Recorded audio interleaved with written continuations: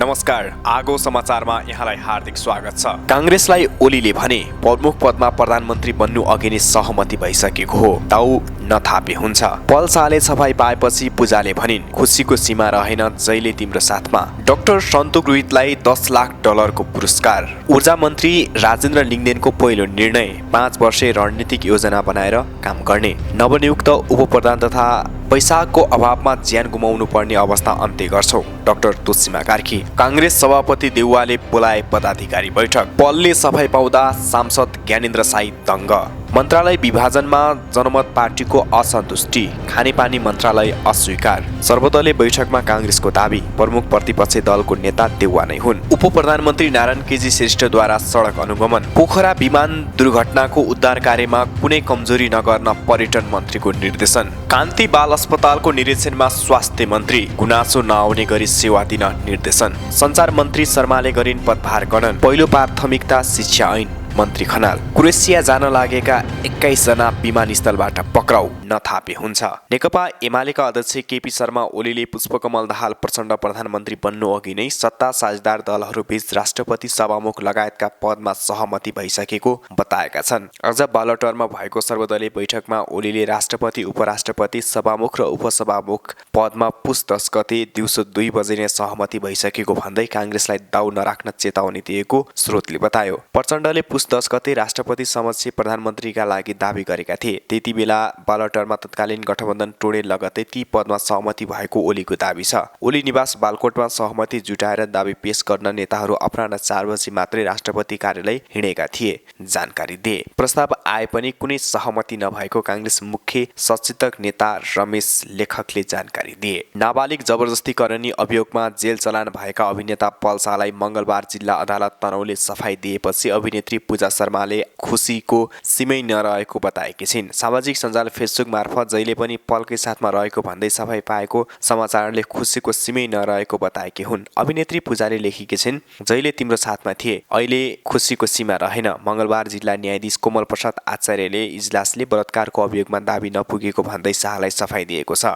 अदालतले शाहलाई सफाई दिए पनि नवलपुर जिल्ला अदालतले 2.5 वर्ष कैदको सजाय सुनाएको थियो। अहिले उक्त सजाय काटेपछि मात्रै उनी जेलमुक्त हुनेछन्। डाक्टर सन्तोक रोहितलाई 10 लाख डलरको पुरस्कार दिने भएको छ। बहराइनका पूर्व राजा शेख इसा बिन सलमान अल खालिफाको नाममा स्थापना गरिएको पुरस्कार यो वर्ष उनलाई दिन लागेको हो। मानव कल्याणको क्षेत्रमा सक्रिय व्यक्ति तथा संस्थालाई यो पुरस्कार प्रदान गरिँदै आएको छ। यो पुरस्कार 2013 देखि दिन थालिएको थियो। ऊर्जा मन्त्री राजेन्द्र लिङ्गदेनले 5 वर्षे रणनीतिक योजना बनाएर काम गर्ने बताएका छन्। मंगलबार पदभार ग्रहण गरेका मन्त्री लिङ्गदेनले मुलुकको आवश्यकता र प्राथमिकताको आधारमा मन्त्रालयको कार्य सम्पादन गर्न 5 वर्षे रणनीतिक योजना बनाएर काम गर्ने पहिलो निर्णय भएको बताए, जसका लागि 3 सदस्यीय कार्यदल बनाउने उनले बताए। मन्त्रालयका सहसचिवको नेतृत्वमा गठन हुने कार्यदलले मन्त्रालयको आवश्यकता र प्राथमिकताहरू निर्धारण गर्न र 5 वर्षे एउटा रणनीतिक योजना बनाउन उनले बताए। आफूले जिम्मेवारी लिएको मन्त्रालयको काम चुनौतीपूर्ण रहे पनि त्यसलाई अवसरका रूपमा बदल्ने उनले बताए। सबै मन्त्रालयको आफ्नो ठाउँबाट महत्त्व हुने भन्दै उनले नेपाल जस्तो देशको लागि ऊर्जा मन्त्रालयको जिम्मेवारी पाउनु आफ्नो लागि एउटा महत्त्वपूर्ण अवसर भएको बताए। स्वास्थ्य राज्य मन्त्री डाक्टर तुलसीमा कार्कीले पैसाको अभावमा उपचार नपाएर ज्यान गुमाउनु पर्ने अवस्था अन्त्य गर्ने बताएकी छिन्। मंगलबार स्वास्थ्य मन्त्रालयमा पद बहाल गणन गर्दै उनले पैसाको अभावमा ज्यान गुमाउनु पर्ने अवस्था अन्त्य गर्ने बताएकी हुन्। उनले संविधानमा उल्लेख भएअनुसार स्वास्थ्यलाई मौलिक हककै रूपमा विकास गर्ने बताएकी छिन्। स्वास्थ्य राज्य मन्त्री कार्कीले आइतबार 2टा निर्णयमा हस्ताक्षर गरेकी छिन्, जस अनुसार आँखाको स्वास्थ्य उपचार विकेन्द्रीकरण गरेर केन्द्र र प्रदेश आधारभूत स्वास्थ्य केन्द्रसम्म पुर्याउने र स्वास्थ्य संस्थाको सेवाको न्यूनतम मापदण्ड सम्बन्धी निर्णय छ। कार्कीले राष्ट्रिय स्वास्थ्य रणनीतिक 2079-86 मा हस्ताक्षर गर्दै आँखाको उपचार सर्वसुलभ बनाउने बताएकी छिन्। यो रणनीतिक अन्तर्गत आँखाको उपचारलाई थप गुणस्तरीय बनाउँदै सेवाग्राही मैत्री बनाउने सरकारी योजना सामेल छ। आँखाको उपचारलाई समुदाय स्तरसम्म विस्तार गर्दै आँखा स्वास्थ्य सेवामा कोही पनि नछुटुन् भन्ने उद्देश्य यो रणनीतिक छ। राष्ट्रिय प्रजातन्त्र पार्टीका सांसद ज्ञानेन्द्र साईले नाबालिगमाथि बलात्कार आरोपमा अभिनेता पल शाहले सफाई पाएकोमा आफू निकै खुसी भएको बताएका छन्। उनले यसलाई न्यायको जित समेत भएको जिकिर गरेका छन्। उनले लेखेका छन्, आज पल शाहलाई तनहुँ जिल्ला अदालतले निर्दोष साबित गरेको छ। आज अत्यन्तै खुसी भएको छु। एउटा न्यायको लडाईँ जित्नु भएको छ। हार्दिक बधाई तथा शुभकामना। मङ्गलबार तनहुँ जिल्ला अदालतले अभिनेता पूर्ण विक्रम शाहलाई सफाई दिएको हो। जनमत पार्टीले मन्त्रालय भागबण्डामा असन्तुष्टि जनाउँदै खानेपानी मन्त्रीका रूपमा पद बहाली गर्न अस्वीकार गरेको छ। प्रधानमन्त्री पुष्पकमल दाहाल प्रचण्ड नेतृत्वको सरकारमा बिना विभागीय मन्त्रीका रूपमा जनमत पार्टीका तर्फबाट अब्दुल खानले शपथ लिएका थिए। हाम्रो पार्टीले उद्योग वाणिज्य तथा आपूर्ति मन्त्रालय दाबी गरेको थियो। पार्टीका उपाध्यक्ष समेत रहेका खानले भने, सहमति विपरीत खाने मन्त्रालयको जिम्मेवारी दिएपछि अस्वीकार गरिएको हो। सत्तारूढ गठबन्धनले आफ्नो पार्टी अध्यक्षसँग सल्लाह र छलफल नगरी मन्त्रालय परिवर्तन गरिनु राम्रो नभएको र यसले मधेस क्षेत्रलाई नै व्यवस्था गरेको अनुभव भएपछि खानेपानी मन्त्रीका रूपमा पद बहाली नगरेको उनले स्पष्ट पारे। नेपाली काङ्ग्रेसले सर्वदलीय बैठकमा प्रमुख प्रतिपक्षी दलको मान्यताका लागि दाबी गरेको छ। प्रधानमन्त्री पुष्पकमल दाहाल प्रचण्डलाई विश्वासको मत दिने दलहरूको बैठकमा गएर काङ्ग्रेसले प्रमुख प्रतिपक्षी दलको नेतामा आफ्ना सभापति शेरबहादुर देउवा नै हुनुपर्ने दाबी गरेको हो। हामीले प्रमुख प्रतिपक्षी दल नेपाली काङ्ग्रेस रहेको र काङ्ग्रेस सभापति शेरबहादुर देउवा प्रमुख प्रतिपक्षीको दलको नेता रहेको कुरा राख्यौँ। बैठकपछि काङ्ग्रेस प्रमुख सचेतक रमेश लेखकले पत्रकारहरूसित भने। नेपाली काङ्ग्रेस सभापति शेरबहादुर देउवाले पार्टी पदाधिकारी बैठक बोलाएका छन्। बुधबार बिहान 9 बजे धुम्बारा स्थित अस्थायी निवासमा देउवाले पदाधिकारी बैठक बोलाएका हुन्। बैठकमा सभामुखमा उम्मेदवारी दिने या नदिने विषयमा छलफल हुने गरी बताइएको छ। आज मात्रै प्रधानमन्त्री पुष्पकमल दाहालले सर्वदलीय बैठकमा राष्ट्रपति र सभामुख पनि सहमतिमा चयन गर्नुपर्ने बताएका थिए। उपप्रधान तथा भौतिक पूर्वाधार यातायात मन्त्री नारायण काजी श्रेष्ठले निर्माणमा ढिलाइ भइरहेको पूर्व पश्चिम राजमार्गको नारायण बुटोल सडक खण्डको नवलपुर खण्डमा अनुगमन गरेका छन्। उनले आज मात्रै दिउँसो सडक खण्डको गैडाकोटदेखि कावस्वतीसम्मको सडक खण्डको अवलोकन गरेका हुन्। मन्त्री श्रेष्ठले सडक विस्तारको काम भइरहेको गैडाकोट तथा कावस्वतीको विभिन्न क्षेत्रमा स्थल अनुगमन गरेको समेत जानकारी दिएका छन्। उनले सडक अनुगमनका लागि क्रममा स्थानीयवासीसँग छलफल गर्दै सडक विस्तारको काम चाँडो हुने आश्वस्त पारे। यस सरकारको एकमात्रै एजेन्डा आर्थिक वृद्धि दर हो उनले भने। त्यसका लागि सरकारको प्राथमिकता पूर्वाधार निर्माण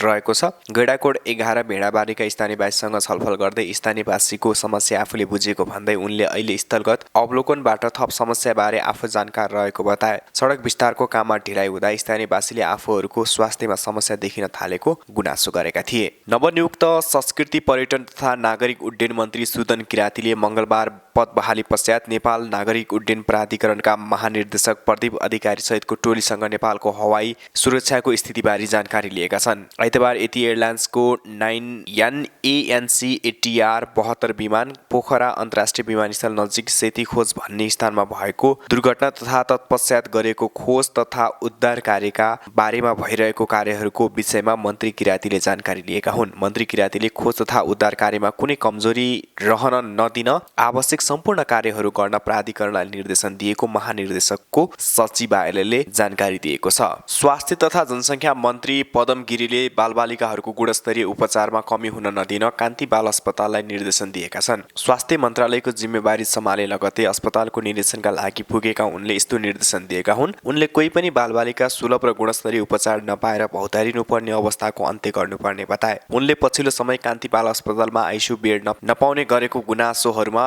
धेरै आएको भन्दै जनताको गुनासोलाई समाधान गरी अस्पतालमा आइसियु बेडको सङ्ख्या बढाउन पनि निर्देशन दिए।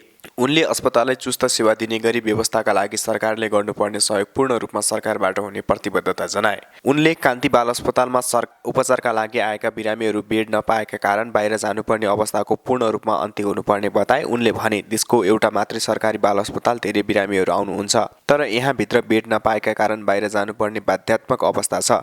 यसलाई अन्त्य गर्न सक्नुपर्छ। जनगुनासो पनि त्यही किसिमले आएको छ। भर्ना गर्न सक्ने अवस्था छैन। हामी बाहिर जानुपर्ने र महँगो तिर्नुपर्ने अवस्था छ भन्ने आएको छ। यो कुरालाई अन्त्य गर्नुपर्छ। सञ्चार सूचना तथा प्रविधि मन्त्री रेखा शर्माले पदभार ग्रहण गरेकी छिन्। शीतल निवास राष्ट्रपति विद्यादेवी भण्डारीबाट शपथ लिए लगतै मन्त्री शर्माले सिंहदरबार स्थित कार्यालयमा पदभार ग्रहण गरेकी हुन्। मन्त्री शर्माले नेपाल सरकारको प्रवक्ताको जिम्मेवारी समेत सम्हाल्ने छिन्। मन्त्री शर्मा दाङ क्षेत्र नम्बर 2 बाट एमाले महासचिव शङ्कर पोखरेललाई पराजित गर्दै प्रतिनिधि सभा सदस्य सदस्यमा निर्वाचित भएकी थिइन्। शर्मा यसअघि पनि केन्द्र सरकारको मन्त्री भएर जिम्मेवारी निर्वाह गरिसकेकी छिन्। शिक्षा विज्ञान तथा प्रविधि मन्त्री शिशिर खनालले आफ्नो पहिलो प्राथमिकता शिक्षा ऐन ल्याउने रहेको बताएका छन्। मङ्गलबार सिंहदरबार स्थित मन्त्रालयमा पदभार ग्रहण गरेपछि उनले आफ्नो पहिलो काम शिक्षा ऐनलाई अध्ययन तथा पुनरावलोकन गरेर अघि बढाउने रहेको बताए। उनले वैशाखमा नै विद्यार्थीको हातमा पाठ्य पुस्तक पुर्याउने प्रतिबद्धता व्यक्त गरे।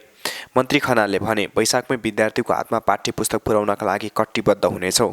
परीक्षाको नतिजा समयमा नै प्रकाशन गर्न नसक्दा भएको क्षतिको जवाफदेही सरकार हुनुपर्ने भन्दै उनले त्यस अनुसार काम गर्ने बताए। नियुक्तिपछि कर्मचारीलाई निर्देशन दिँदै उनले भने, सार्वजनिक शिक्षाको रूपान्तरणका लागि मिलेर काम गर्नुपर्छ, नीतिगत बाध्यताका विषयमा छलफल गरेर काम गर्नुपर्छ। खनालले काठमाडौँ 6मा राष्ट्रिय स्वतन्त्र पार्टीबाट चुनाव जितेका हुन्। क्रोएसिया जान लागेका 21 जना त्रिभुवन अन्तर्राष्ट्रिय विमानस्थलबाट पक्राउ परेका छन्। राजकुमार लिम्बू, रोहित रायमाझी, गोविन्द राणा लगायत 21 जना पक्राउ परेका हुन्। प्रहरीका अनुसार दुवै हुँदै क्रोएसिया जान लागेका उनीहरू साथबाट जने 2000 देखि 3000 युरो बरामद भएको छ, जबकि राहदानीमा त्यति रकम दरपिट गरेको थिएन। सोधपुछ क्रममा पदमबहादुर विश्वकर्माले पठाएको बयान दिएपछि प्रहरीले उनलाई पनि विमानस्थलको गेट बाहिर पक्राउ गरेको छ। उनको साथबाट 1,20,000 रुपैयाँ बरामद भएको छ। थप अनुसन्धान र कानुनी कारबाहीका लागि उनीहरू राजस्व अनुसन्धान विभाग पठाइएको प्रहरीले जनाएको छ।